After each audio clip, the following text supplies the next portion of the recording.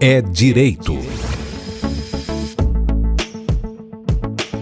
É Direito! Sim, está começando mais uma edição do É Direito. Aliás, a primeira edição de 2025. A gente vem com o É Direito diferente nesse ano de 2025, recebendo pessoas importantes aqui para poder falar de temas importantes também, que podem, inclusive, mudar a sua concepção sobre alguns temas aqui sobre o direito. Eu sou Cleide Coelho, muito prazer. Começa agora o É Direito. O nosso tema de hoje é sobre direito tributário e aqui no estúdio comigo estou recebendo a doutora Fernanda Silveira, advogada e doutora em direito tributário. Seja bem-vinda, doutora. Muito obrigada, Cleide, é um prazer estar aqui. Pode me chamar de Fernanda, viu? Vamos manter esse papo ali o mais legal possível, apesar de o tema ser um tema meio chato, meio difícil, né? Então vamos ver se a gente consegue fazer o bate-papo ser um bate-papo bem legal. Então vamos. Bora começar então? Para a gente poder começar essa entrevista aqui, quero que esclarecer o que é reforma tributária. Porque quando a gente fala desse tema, as pessoas falam assim, tá, é importante, mas como que funciona? O que é realmente a reforma tributária de uma forma bem mais tranquila? Então, acho que a primeira coisa é, assim, no Brasil a gente tem 4 grandes coisas que a gente tributa aqui. A primeira é a renda, né? Aí as pessoas físicas, né? A gente paga, as empresas pagam também. A gente teve uma mudança para as empresas no final de 2023 e a gente está discutindo o que a gente vai fazer com a renda ainda. Então tem aquela proposta do governo de isentar quem ganha até 5 mil, mas a gente ainda não chegou na renda. Sim. Então a reforma da renda ela ainda vai vir e vai ser discutida.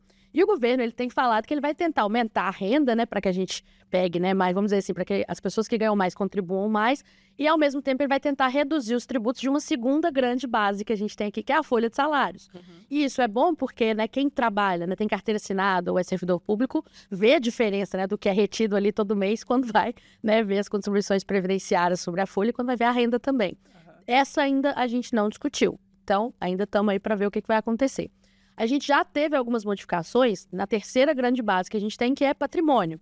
Então, teve algumas mudanças para o IPVA, que vai poder ser mais ou menos, né, oneroso quando a gente está falando de veículos de luxo. A gente começou a tributar também, por exemplo, aeronaves, navios, né, alguns itens que não eram tributados antes. Então, isso já foi discutido. Tem alguns detalhes que estão passando, mas já foi. E quando a gente está falando, e aí a mídia vai falar de reforma tributária, a gente está focando na quarta grande base, que a gente chama de consumo. Então, esse termo ele está vinculado ao consumo. E por incrível que pareça, né, todo mundo vê o que paga de renda, o que vem retido na folha, e todo mundo, de alguma forma, também vê o que paga sobre patrimônio, IPVA, IPTU. Mas a maior base do Brasil, aquela em que se arrecada mais, é o consumo, que é o que você, por exemplo, Cleide, você arca, né, quando você compra um celular, quando você contrata um advogado para uma prestação de serviços, quando você compra um alimento, porque você está pagando no preço, e é você quem está tirando o dinheiro do bolso para pagar, e ali está embutido uma carga gigante de tributos, que às vezes porque não é você que está pegando, recolhendo a guia, ou vendo, você nem sabe o que você está pagando. E é essa a quarta reforma que acabou de passar. Então, de forma bem objetiva, é uma mudança para as empresas, do que as empresas vão fazer, do que elas vão arrecadar, de como elas vão fazer as declarações, mas ela é sobre o consumo, porque quem paga a conta é o consumidor, somos todos nós. E vai sempre sendo repassado, né, doutora? A cada reforma que a gente vê, a cada mudança, o consumidor acaba custeando isso. É isso mesmo? Exatamente. É porque como essa base, quem recolhe é a empresa, mas quem está pagando a conta é o consumidor, vamos dizer assim, ela é uma das mais fáceis de você cobrar muito, porque ela é invisível.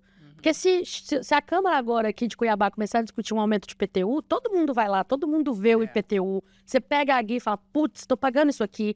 O imposto de renda você declara no final do ano, você fala, nossa, eu paguei isso tudo.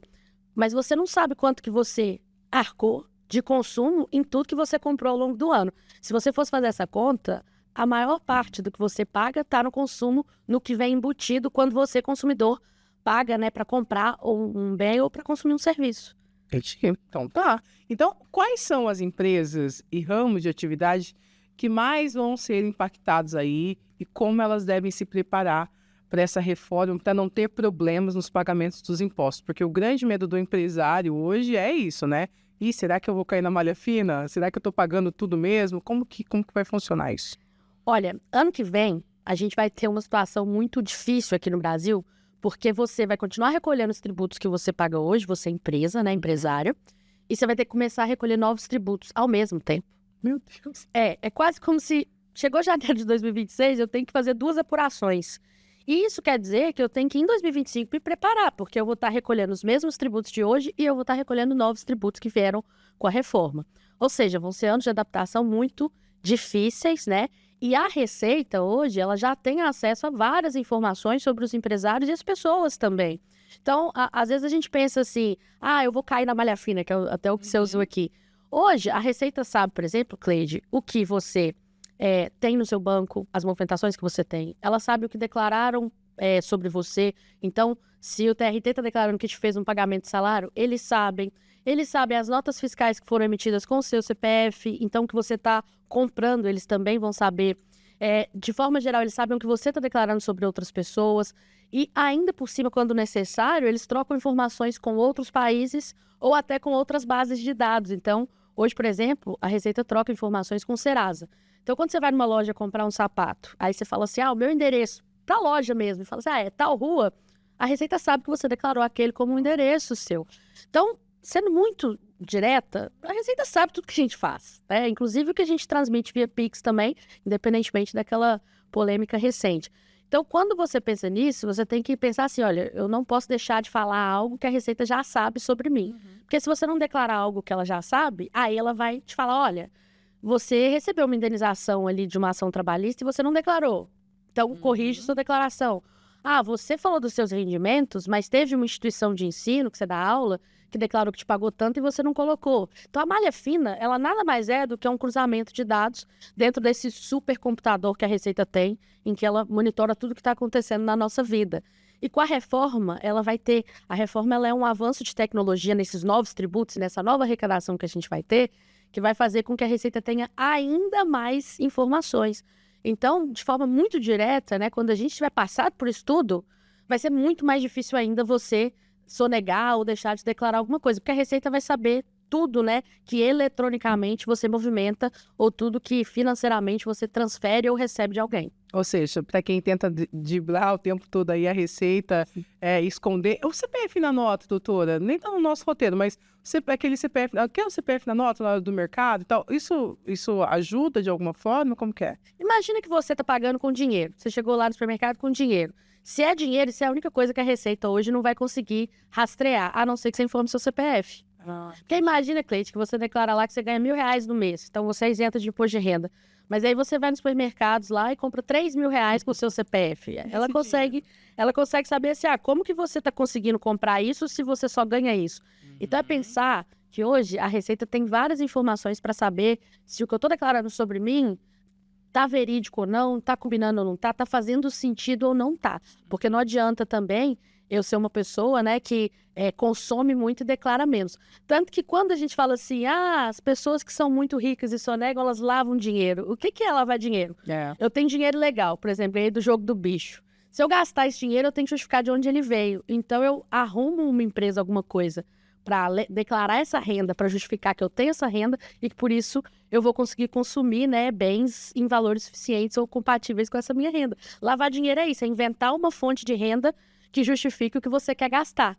Então, o CPF da nota é a mesma coisa. Dependendo, se você tem um gasto muito alto e a sua renda declarada é baixa, você está dando ali uma dica para a Receita de que você está omitindo os seus rendimentos. Mas o grande caminho é a gente ser honesto e fazer a declaração do imposto de renda como tem que ser feita, né, doutora?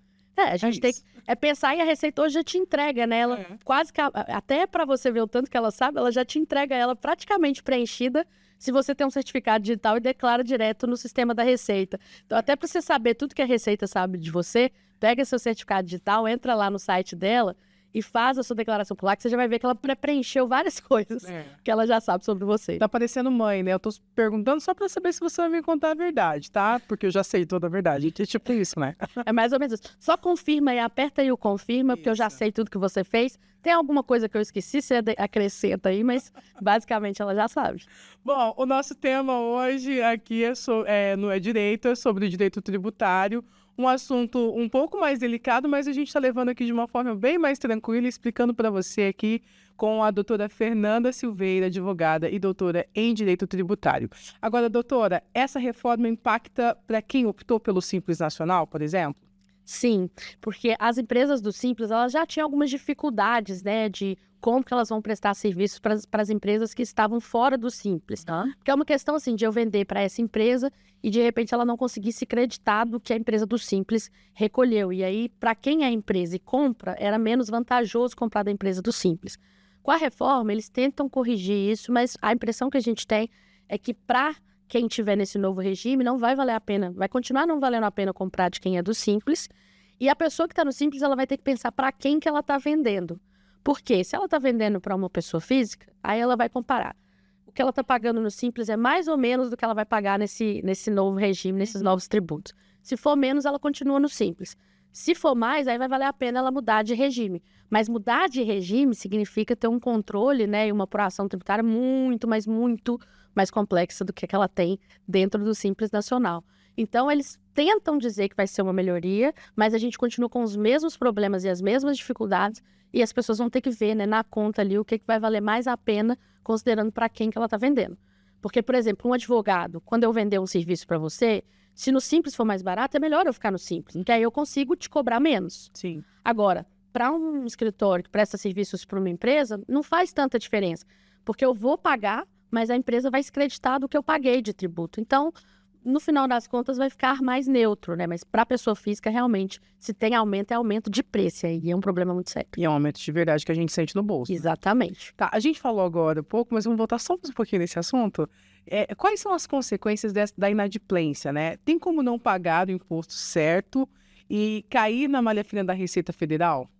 Olha, para renda, patrimônio e folha, as empresas podem, se quiser, fazerem declarações erradas e serem fiscalizadas, e elas podem até hoje emitir uma guia e não pagar. Você tem essa opção de falar, olha, eu tenho que pagar 10 de imposto de renda, tá aqui a declaração, só que aí chegou o dia do vencimento, você não pagou o dinheiro. Se isso acontecer, a Receita vai ficar esperando, vai te cobrar uma multa de atraso de 20%, mas você tem essa opção de não pagar. E isso também acontecia para os tributos sobre o consumo. Quando, né, eu comprava, por exemplo, esse celular, a empresa que me vendeu, ela podia destacar o tributo, passar a conta para mim, que eu pagava, né, o valor total, declarar que ela tinha que pagar esses tributos sobre essa venda, mas não recolher quando chegava o dia. Ela tinha essa opção antes da reforma. Com a reforma, ela não vai ter essa opção mais. Porque na hora que eu fizer, se eu estiver pagando via transferência financeira, cartão de crédito, Pix, qualquer meio de pagamento ou por uma instituição financeira, na hora que eu pagar a nota, tem lá 100 mais 20 de tributos, por exemplo. Antes, a empresa recebia os 120, e aí, no final do mês ou no mês seguinte, ela escolhia se ela recolhia ou não os 20. Nossa. Ela podia repassar para mim e não recolher. Agora, ela não tem opção. Na hora que eu fizer a transferência, vai sair 120 da minha conta. Mas na conta dela só vai entrar 100. Já recolhe na fonte. Exatamente. Uau. Então, é uma mudança muito grande, porque indiretamente, o que acontecia? As empresas se financiavam com isso. Eu tinha o dinheiro esse mês, pagava ali minhas coisas, só no mês seguinte eu tinha que pagar o tributo. Agora é o contrário, já vai vir retido. E aí as empresas vão ter que se preparar, porque é um impacto no fluxo de caixa muito grande, né, considerando que ela tem vários e vários custos.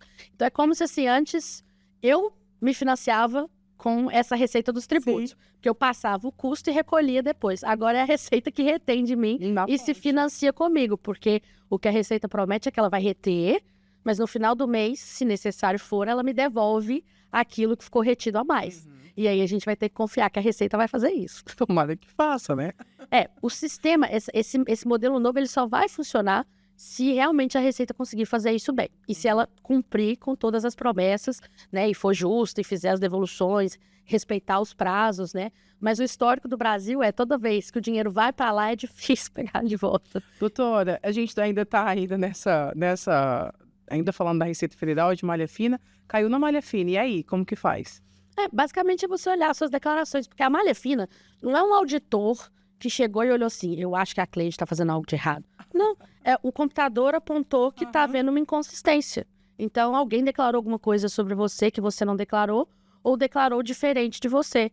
Então, basicamente, é você fazer com que seja coincidente, né, essa declaração que você fez e a declaração que fizeram sobre você. Então, a malha fina é um cruzamento de dados simples. Então, quando você cai na malha fina, o caminho é corrige a declaração. Eles já vão até te falar, olha, estou vendo uma inconsistência aqui porque nessa declaração, nesse rendimento. Aí é só você, eventualmente, corrigir mesmo. Bom, além dos empresários, há alguma mudança também na vida do trabalhador, da pessoa que está assistindo a gente, ouvindo agora, nesse momento, por exemplo? Olha, é aquilo que eu falei, né? O trabalhador, ele não sabe, né? Ele vê o imposto de renda, ele vê o IPVA, ele vê o IPTU, ele vê as contribuições que estão retidas dele ali na folha, mas ele não vê o que ele paga no consumo. Então, é óbvio que existe um impacto porque ele é consumidor final em várias situações, né? Comprando serviços, consumindo bens. Então, ele é o consumidor final. Vai haver, sim, um impacto porque a gente tem algumas situações que antes não eram tributadas. Então, por exemplo, aluguel de um imóvel. Se você não tem casa própria e você aluga, antes não existia nenhum tributo que incidia ali dentre os que o Estado e município arrecadavam. Agora, eles vão arrecadar um tributo sobre isso. Então, o preço dos aluguéis vai subir. Assim como a gente vai ter que ver na prática como que vai ser esse novo sistema, porque a promessa é que não vai ter um aumento de carga geral, né? Que a gente vai continuar tendo uma mesma carga ali sobre o nosso PIB, né? Que é o Produto Interno Bruto do Brasil, sem um aumento percentual. Mas para algumas situações é um aumento gritante de carga. Prestações de serviço é um dos exemplos que a gente tem, assim como os aluguéis que vão começar a ser tributados. Então, ele vai perceber que alguns itens vão ficar mais caros, né? Então, mesmo que no geral, vamos dizer assim, né, percentualmente para a população como um todo não fique mais caro, que é essa promessa que a gente tem, Sim. alguns itens vão sim ficar mais caros e é isso que ele tem que se atentar. E, além disso, existem algumas regras ali na reforma que as empresas vão ter que prestar um pouco de atenção, porque um dos pontos que a reforma fala é que quando uma empresa fornecer para você algum bem de uso e consumo que ela forneça gratuitamente ou num valor abaixo de mercado, por exemplo, um celular, um computador, um carro para você usar para trabalhar, ela deixa claro que aquilo ali pode vir a ser tributado em algumas circunstâncias. Uau! Então, o que a gente vai... Claro que a gente vai ver os detalhes, vamos ver as regras, mas assim, as empresas vão ter que ver, porque de repente vai ser necessário rever a política de benefícios que ela tem para os colaboradores e pode ser que isso impacte, né, para o trabalhador sobre o que ele tem, né, de benefícios da empresa e até sobre as negociações sindicais que ele vai ter nos acordos ou convenções, enfim. Então, tem algumas dúvidas ali ainda que a gente vai ter que ver. Mas, de forma geral, muda porque ele é consumidor e pode ser que mude também os benefícios que ele tem como trabalhador.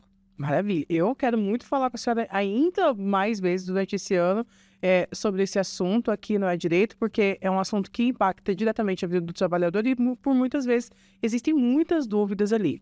Bom, a gente está chegando ao fim da primeira edição do É Direito deste 2025. Já começamos assim muito bem, podendo falando de temas que muita gente tem dúvidas. E aí eu quero agradecer a participação da senhora, doutora Fernanda Silveira, que é advogada, doutora em Direito Tributário. Então, eu que agradeço, Cleide. Vai ser um prazer falar aqui.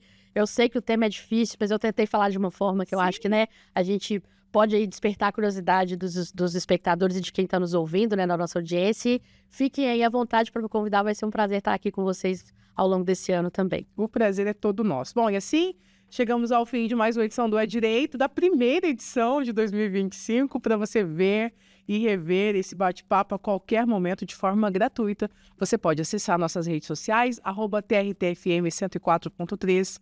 Obrigada pela sua presença aqui, doutora, mais uma vez, e até a próxima. Até mais.